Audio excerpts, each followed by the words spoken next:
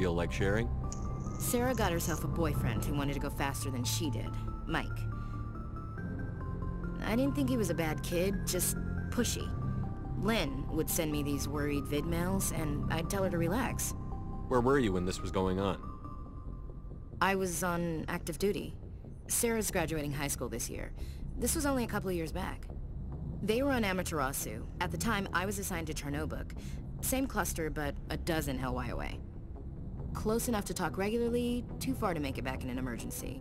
I couldn't afford a fast packet flight. If he really liked her, he wouldn't be pushy. Yeah, of course. If he didn't ask at all, I'd wonder if he thought Sarah was ugly. Damned if you do, damned if you don't. Mike thought they'd go for a romantic walk in the woods, because he figured it was past time they did the deed. She levered Mike face first into a tree and left. Didn't have a scratch on her. Good thing Mom and Dad had us all learn some kind of self-defense. God. I took emergency leave and walked Sarah to school for a few days. You said all of your sisters learned self-defense? Lynn did pistol practice, but didn't like it. She's kind of nervous. Sarah took Aikido. Abby decided to learn the sword. She always was a little weird. Makes big skirts and tops you have to tie her into. They do great things to her figure, though. So, what did you learn? One of Dad's friends taught me Marine hand to hand. You said all of your sisters learned self-defense? I already heard this. Lynn did pistol... They do great things to her figure, though. You traveled all the way home to walk your sister to school. It was only a dozen light years, like a day's cruise. It's not like I was going to Earth or something. My last day out, Mike was waiting for us. Sarah had told her friends, so everyone at school knew what he did. He wasn't happy. I wanted to snap him in half, but Sarah gave me this look, this let me handle it, I need to do this alone look. She kept her cool, God bless her, as he screamed in her face. She just let him vent.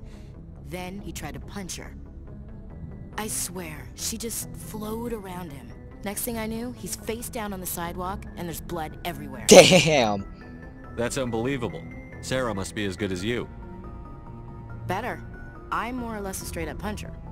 When he swung, she wasn't there anymore, and he fell.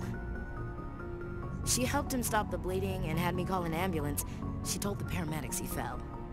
Before they took him to the hospital, Mike touched Sarah's arm. I thought he was gonna end up on the ground again. But he hung his head, whispered, "I'm sorry," and started crying.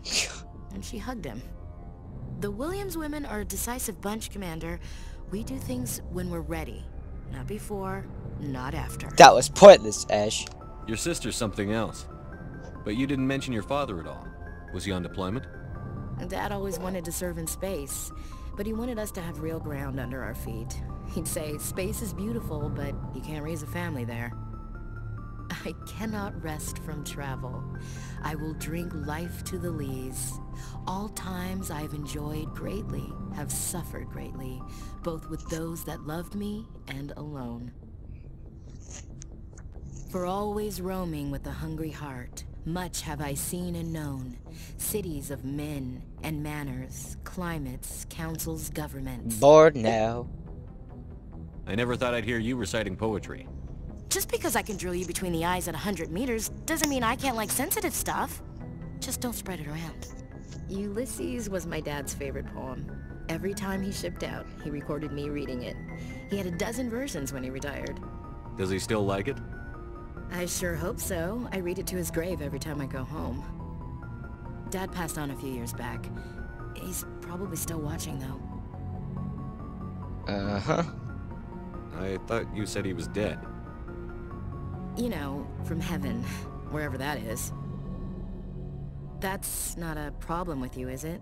That I believe in God? Are you a fanatic? No. Your beliefs are your business. I'm your commanding officer, not your moral compass. I appreciate that, Skipper. I should get back to my duties. Didn't mean to take up so much of your time. Dismissed, Chief. Okie dokie. Sir. Sir. She is a nice lady. A bit rash and Looking for supplies? sometimes pretty stupid Let's see what You bet, Commander. and a little racist, but she's got a good heart. Pistol, sniper rifle, assault rifle, crossfire. Shit. It's shit. It's shit. It's shit. It's shit. That, on the other hand, is not shit. That, on the other hand, is beautiful. Ooh, that cost me a lot of money. That cost me a lot of money. Okay. Oh, Spectre gear. Garrus. Commander, good to see you. You've been with CSEC a while. Have you seen much action? Well, not as much as you, but yeah, I've seen some interesting things. I'll bet you have. Anything in particular that stands out? I remember this Solarian geneticist I was sent to investigate. That case was a bit disturbing. How? What happened? Why were you investigating them? I was tasked with tracking black market trade on the Citadel. Most of it harmless, nothing I needed to pursue. But during the course of my investigation, I noticed an increase in the trade of body parts, organs mostly. We usually get a few of those, but not the numbers I was seeing. We weren't sure if there was a new black market lab or if some freak was harvesting organs from citizens. What? So what was it? Both, actually. But it took us a while to figure that out. So how did you figure out what was happening? First, we got a hold of a sample and ran DNA tests. The weird thing was, the match led us to a Turian who was still alive and was very convinced he'd never lost his liver. After a bit of digging, I discovered this Turian worked briefly for Dr. Saleon, the geneticist.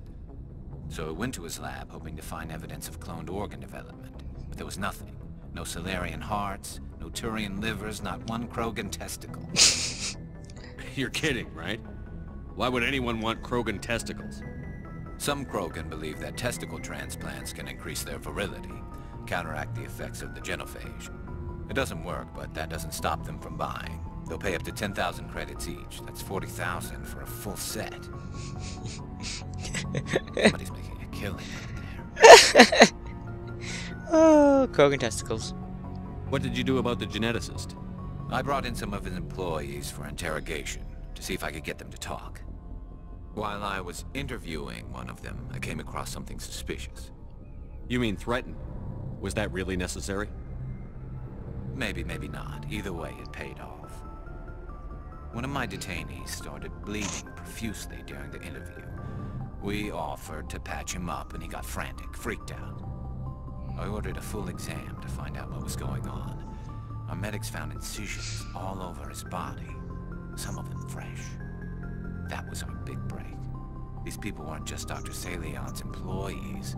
They were test tubes. Walking, living test tubes. What the fuck? He was growing parts inside these people? Exactly. He cloned their organs right inside their own bodies. Then he harvested them and sold them off. Most of the victims were poor. He'd pay them each a small percentage of the sales, but only if the organs were good. Sometimes an organ wouldn't grow properly, so he'd just leave it in them. Most of them were a mess, but only on the inside, hidden so nobody could see it. That's disgusting. I hope he got what he deserved. That's the worst part. We never caught him. Don't tell me that! Why not? What the hell happened? He ran, blew his lab, grabbed some of his employees, and headed for the nearest space dock. By the time I found out, his ship was already leaving. He threatened to kill his hostages if we tried to stop him. But you went after him anyway, right? I ordered Citadel Defense to shoot him down, but CSEC headquarters countermanded my order. They were worried about the hostages, worried about civilian casualties if the ship was destroyed so close to the Citadel. I told them those hostages were dead anyway. He just used them to make more organs, but they wouldn't listen. So you'd shoot down a ship with a bunch of people on it so close to the Citadel. It doesn't seem like a good idea to me. Well, it's not worth the risk. You pursue the vessel and disable it. That's the best choice. They sent the military after him, but he got away just the same. Yes, they did. I went to Palin and told him what I thought of him and his policies. He said if I didn't like it, I could quit. Well, I almost did. All they had to do was disable that ship, stop him from running. Maybe the hostages die, maybe they don't, but at least we stopped the bastard responsible for it all. That's not the right choice. If you don't care about the fate of those hostages, then you're no better than he is. You're just a terrorist with a badge. Yeah, maybe you're right. It doesn't make it any easier, but I see your point. Just wish I could have stopped him. that's all. Do you have any idea what happened to Dr. Salion? I sent out feelers from time to time, hoping to find something. I thought I'd found him a while back. He changed ships and changed his name to Dr. Hart, his idea of a joke, I guess. I told the military, but they weren't convinced it was him. I got the transponder frequency for his new ship, but I just can't get anyone to check it out. I'll check out the coordinates when I get a chance. I was hoping you'd say that. But Commander, take me with you when you go. If it's Salion, I want to be there when you find him. Sure thing, Gears. Let him take the tally. Everybody's got problems on this ship, and I'm the one that has to deal with it. Blah, blah, blah. Shepard, I'm glad you're here. Good to see you smiling again. Or So to speak. I'm sleeping much better now. I guess I'm getting used to how quiet your ship is. I still think a lot about my pilgrimage, though. I know Saren's our top priority, but with all the worlds we go to, I was hoping to find something to bring back to the flotilla. like what? What are you hoping to find? Usually, people bring back something like a derelict ship we can use for salvage. But I need something bigger. There's a lot expected of me. Why is a lot expected of you? What's so special about you? It's my father. He's the senior member of the Admiralty Board. He's one of only 5 people who can overrule the decisions of the Conclave for the good of the migrant fleet. My father is responsible for the lives of 17 million people. Our entire race is in his hands, and I'm his only child. So are you some kind of heir to the Quarian throne or something? No, it doesn't work that way. My father's position isn't hereditary. I'll probably never serve on the Admiralty Board myself. Officially, I'm just the same as any other citizen. But it doesn't work that way in practice. People have always treated me differently because of who my father is. You must get all kinds of special privileges. I probably had it easier than most growing up, but it's not all good. People like my father have enemies, and they're not above using me to get to him. Oh god, that must be fun. I love Quarian politics. It must be tough on you. My people place a high value on family and ancestry. There's an unspoken expectation that I'll live up to my father's example. Everyone's waiting for me to do something great on my pilgrimage, something that will forever change our lives for the better. If I don't, it's like I failed, and that reflects badly on both me and my father. What if he saved the galaxy? Yeah, isn't that good enough? The work you're doing here is more important than anything any Quarian has ever done before. Yes, I know. But you have to understand Quarian culture. We're a very insular society. The events beyond the flotilla don't much matter to the average citizen.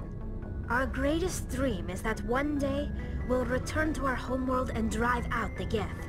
But even if we stop Saren, that's not going to happen. There's still millions of Geth behind the veil. Until they're gone, our exile will continue. What would you need to bring back to make everyone happy? Something that would help us better understand the Geth. They've changed significantly since the exile. They've continued to evolve. We've done our best to study them, but it's not easy. They're very reclusive. Until recently, they never went beyond the borders of the Veil. And all the Geth we run into now are under Saren's control. We'd need to find Geth operating on their own, independently. But I don't want this to get in the way of our mission, Shepard. First, we stop Saren. Then I'll worry about my own problems. I should go. Okay. See you later. Okie dokie. Alright, I think that's the crew. Shall we go back up the elevator?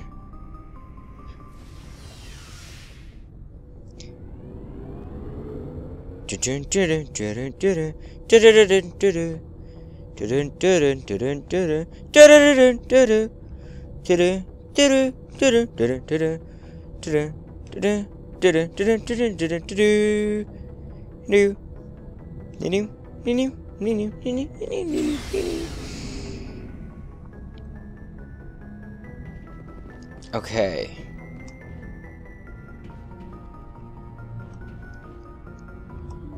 So let's do the Dr. Salion mission, shall we? Journal.